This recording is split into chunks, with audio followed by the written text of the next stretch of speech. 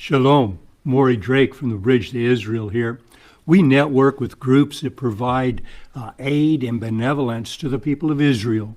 You know, Genesis 12:3 declares to us that God will bless those that bless Israel and curse those that curse them. And Genesis 17:7 declares to us, I will establish my covenant between me and you, speaking of Israel, and your descendants after you in their generations, for an everlasting covenant to be a God to you and to your descendants after you. And Isaiah 40 verse 1 tells us that we are to comfort, yes, comfort my people, says your God. As you're viewing this, Israel is still in a war that it never asked for with its enemies that want to completely destroy Israel and the Jewish people.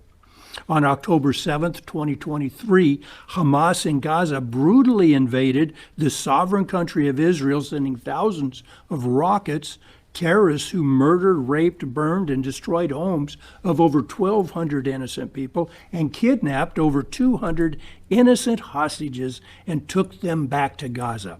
And on October 8th, 2024, Hezbollah in Lebanon in the north entered the war by sending over 8,000 projectiles into the north of Israel, causing another 60,000 plus Israelis to flee their homes in the north.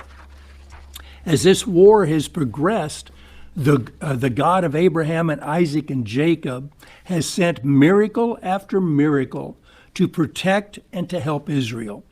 Many soldiers have perished in this war, defending their country, and many have been wounded. The whole country is suffering from this heinous attack, and yet they have come together to drive back their enemies with cutting-edge technology and the intervening arm of the Lord. God has given Israel great victories in Gaza. The latest, as of this recording, the elimination of Yahya Sinwar, the leader and architect of the October 7th attack. In the north, Israel has decimated Hezbollah through the Beeper incident, the elimination of Nasran Nasrallah, the leader of Hezbollah, and most of the leaders and commanders who followed him.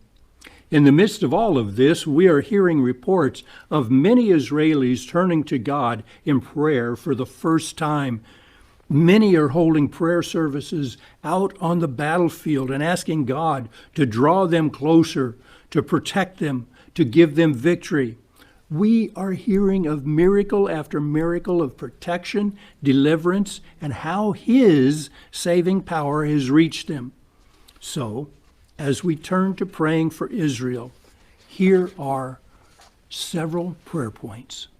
1, pray for the immediate protection over the people of Israel, particularly the civilians and the families who are currently under fire.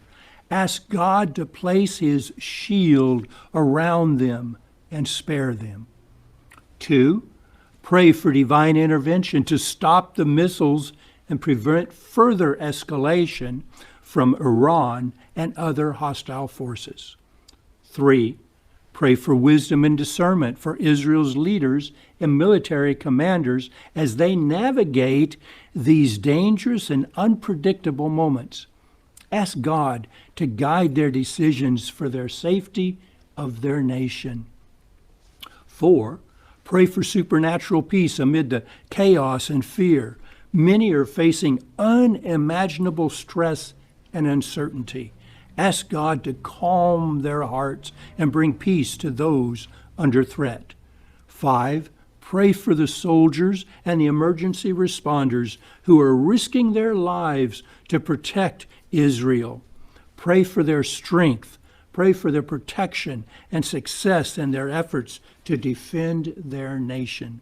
6, pray for global leaders to act wisely in response to this crisis and for God's hand to work through diplomatic efforts to bring peace and stability.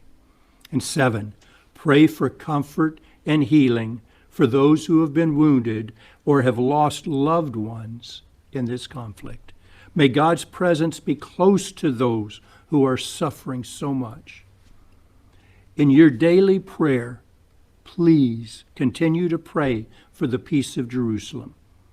thank you, and God bless you. From Moreh Drake Fenn at Bridge to Israel. You can find us on the web at bridgetoisrael.net.